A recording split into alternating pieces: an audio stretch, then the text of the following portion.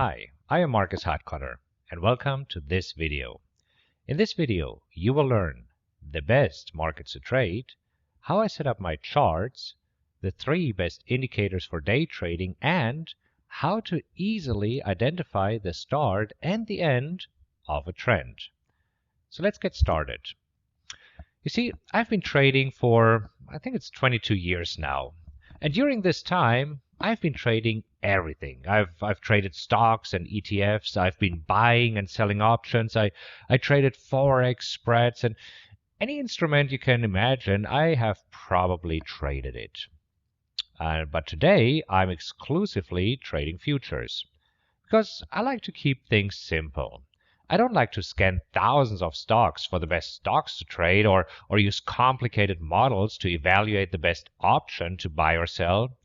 You see, when trading futures, I can bring up only 5 charts and I'm very well diversified. And it's really easy to trade futures. I'll show you how. So here are the markets that I'm trading these days. I trade the E-mini S&P, the euro versus the dollar, the 30-year T-bonds, crude oil, and gold. And although you can trade all these markets as ETFs, I prefer trading them as futures markets. Since they are extremely liquid, it is easy to go long and short, and the margin requirements are really low. Now, as you can see, with these 5 markets, I'm very diversified. I'm trading a stock index, which is the E-mini S&P. I'm trading currencies, which is the euro versus the dollar. I'm trading interest rates, which are the 30-year T-bonds. And I'm trading commodities like crude oil and gold. See? It's really simple, isn't it? So let's talk about my chart setup right now. As you will see, my chart setup is different than that of most traders. And here's why. You might have heard that many traders are losing money. And if you do what most traders do and look at charts the same way as they do, you will probably lose money too. So I'm looking at charts differently, and I believe that my unique chart setup is giving me an edge in the markets. And you know that you need an edge, right? So in this video, I want to show you my unique chart setup. So let's get started. When you're displaying a chart, you have 3 different options. You can choose a time-based chart, for example, a 5-minute chart, and this means that a new bar or candle is plotted after a certain amount of time has elapsed, in this example, 5 minutes. Another possibility is to use volume-based charts, where you plot a new bar or a candle after a certain amount of trades have been taking place. So in this example, 133 trades.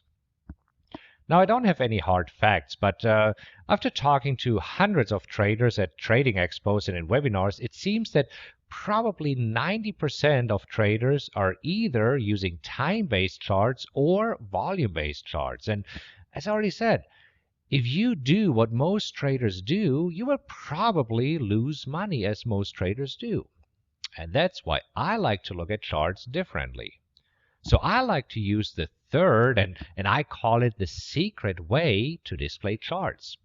I use volatility-based charts, which are also known as range bars. So what does this mean? Well, when using volatility-based charts, you plot a new bar or a candle after the market moves a certain amount, for example, 2 points. It's really pretty simple. So why do I use these range bars? Well, let me show you. Here are the advantages of range bars. Every bar has a fixed length, in our example, 2 points. And you only get a new bar if the market breaks out of this 2-point range. Now, this is a very powerful concept because now you can predict the open, the high, the low, and the close of a bar. Because when using range bars, you know where the high of the bar will be, since it will be exactly 2 points away from the low of the bar. And you know where the low of the bar will be, since it will be exactly 2 points away from the high of the bar. You know where the bar will close, since it can only close at the high or at the low. And you know where the next bar will open, because if the previous bar closed at the low, the next bar will open one tick below the low of the bar, and if the previous bar closed at the high, the next bar will open one tick above the high of the bar. Now if you think about it, when constructing a bar or a candle, you have four variables: the open, the high, the low, and the close. Now look at this slide again. You know where these values will be. Do you think that this could give you an edge in your trading? Well, I believe so, and later I'll show you how. But let's move on to the indicators now. You will see that I use standard indicators that you can find in any charting software, but I'm using them with a twist. I'm using these indicators differently than most other traders because, again, I want to see what other traders don't see. When trading, I want to have an edge over other traders, something like an unfair advantage when I'm trading against them. So let me show you exactly what I do. You'll see it's simple yet very powerful. So the first and most important indicator in my trading are Bollinger Bands. Bollinger Bands consist of three components. It's a center line, which is a simple moving average, and then two standard deviations, one above the center line and one below the center line. And these deviations are called the upper and lower Bollinger Band. In my trading, I don't use the center line, therefore you won't see it on my charts because I like to keep it simple. And as a setting, I use 12 for the moving average and 2 for the standard deviation. And that's another secret setting because most traders use a setting of 18, 20, or 21. And as I said earlier, I want to see what other traders don't see. I want an edge. And using a different and, based on my experience, better setting for the Bollinger Bands is giving me this edge. So let me show you my unique way to use these Bollinger Bands. Most traders use them to trade a sideways market, but not me. I am using Bollinger Bands to identify trends. You can use the upper Bollinger Band to identify an uptrend and the lower Bollinger Band to identify a downtrend. Let me show you.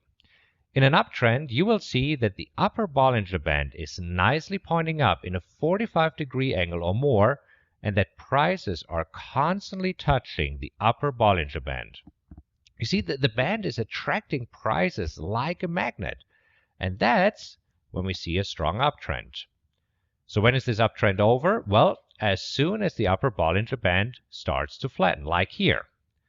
So the same is true for a downtrend. In a downtrend, you will see that the lower Bollinger Band is pointing down in a 45-degree angle or more, and prices are constantly touching the lower Bollinger Band. And the downtrend is over once the lower Bollinger Band is flattening and prices are no longer touching it, like here. It's pretty simple, isn't it? But it works. Please try it for yourself. Just plot the Bollinger Bands on your chart after we finish this video and try it out. You will be amazed. Now let's move on to the next indicator that I like to use, which is the MACD. So the MACD is the moving average convergence divergence and plotted below the chart. And I'm using the standard settings of 12, 26, and 9 for this indicator. And here's how I use it. In a downtrend, I want to see that the MACD is below the zero line and below its signal line, which here my charts is the purple line. And if these conditions are met, I color the bars on my chart red. Now in an uptrend, I like to see that the MACD is above the signal line and above the zero line, and that's when I color the bars green. So as I mentioned before, my primary indicator are the Bollinger Bands, but I would never rely on one indicator alone. You would get too many false signals. You should always confirm your primary indicator with a second indicator. Okay, so far so good? Does this make sense to you thus far? Okay, then let's move on. So in addition to these two indicators, I like to use the RSI for confirmation. Now the RSI is the Relative Strength Index, and I use a setting of 7 bars for this indicator. And the RSI is measuring the relative strength of a trend. And here's how I use it. In a strong uptrend, you will see that the RSI moves above 70 and stays there for a while. And that's when I'm plotting the green triangles under the bars. And in a downtrend, the RSI will move below 30 and stay there for a while.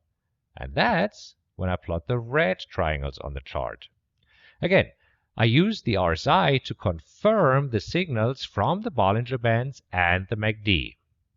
So let's summarize these very simple rules.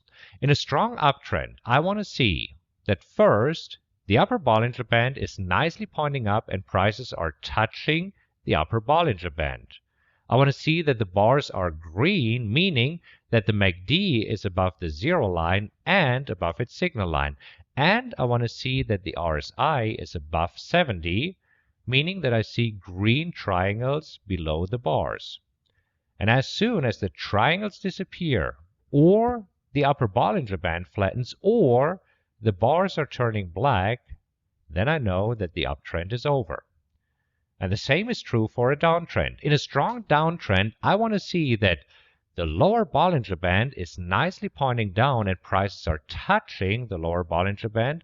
I want to see that the bars are red, meaning that the MACD is below the zero line and below its signal line. And I want to see that the RSI is below 30, meaning that I see red triangles above the bars. And as soon as either the triangles disappear or the lower Bollinger Band flattens or the bars are turning black, I know that the downtrend is over. And these principles apply to any market. I told you. It's simple yet very powerful because now you're looking at charts differently than most other traders. Well, I hope you enjoyed this, and I'm planning to shoot another video for you in the next couple of days. And in the next video, I will show you how you can use the information you learned today to determine specific entries and exits. Yep, you heard right. In the next video, I will show you a simple trading strategy that you can use in your trading right away. So just keep an eye on your inbox and I'll shoot you an email as soon as the next video is ready. And that's it for today. I'll talk to you soon. Bye.